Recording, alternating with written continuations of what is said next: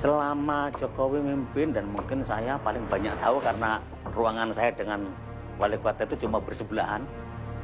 Jokowi itu kalau mimpin itu arogan, jadi tidak semacam kayak di TV-TV kalau pakai baju kayak gitu, itu tiap hari dia itu pakai dasinan, pakai jas-jasan.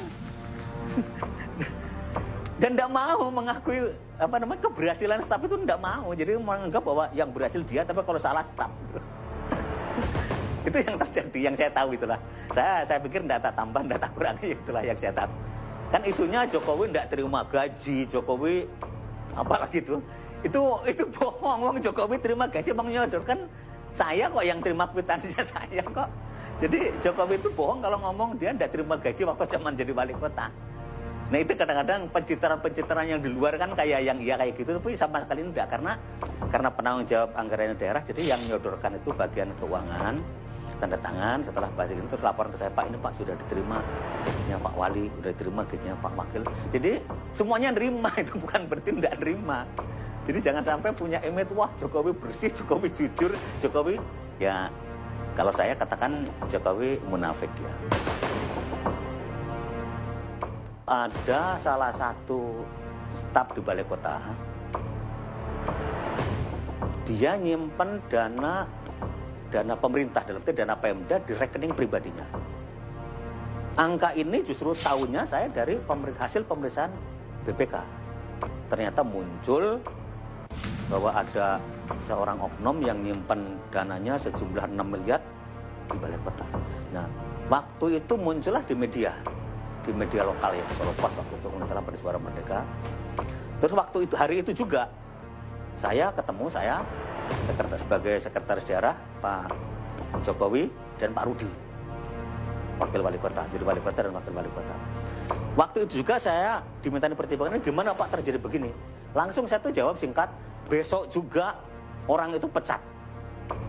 Sebab kalau tidak dipecat orang itu, saya dianggap itu atas perintah saya sebagai ketua tim anggaran.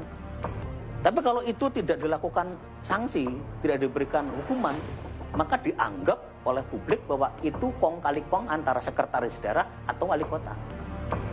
Saya waktu itu perintahkan pecat. Tapi nyatanya tidak dipecat sampai sekarang, cuma digeser. Sehingga saya itu juga ngomong waktu, kalau memang ini tidak diberikan hukuman, itu berarti ini atas seizin Anda. Karena saya sebagai penanggung jawab anggarannya, saya merasa didolimi sama anak buah yang kayak gitu. Nah, tapi apa yang dilakukan oleh wali kota sampai sekarang juga ternyata tidak ada hukuman, sehingga saya meyakini bahwa itu pasti atas seizin wali kota. Karena mustahil seorang staf nyimpen di rekening pribadi angka sejumlah itu. Jadi itulah yang mungkin yang saya ketahui, sehingga saya sangat tidak sependapat kalau sekarang seolah bahwa Jokowi sederhana, Jokowi bersih, Jokowi jujur. Itu hitungan saya sangat naif lah.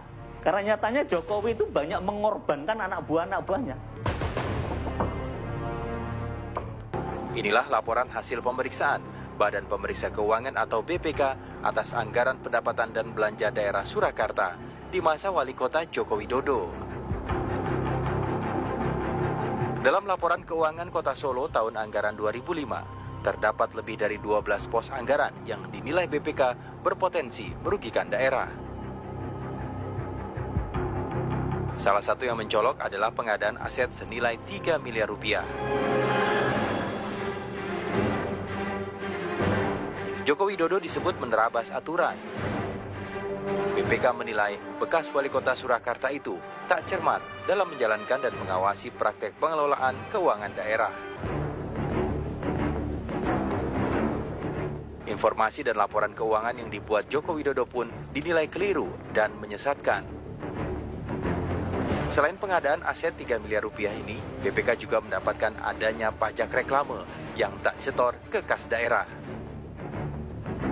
Penggelapan belanja tidak terduga dan jatah untuk ormas. Hingga proyek belangko kependudukan yang dilaksanakan tanpa tender.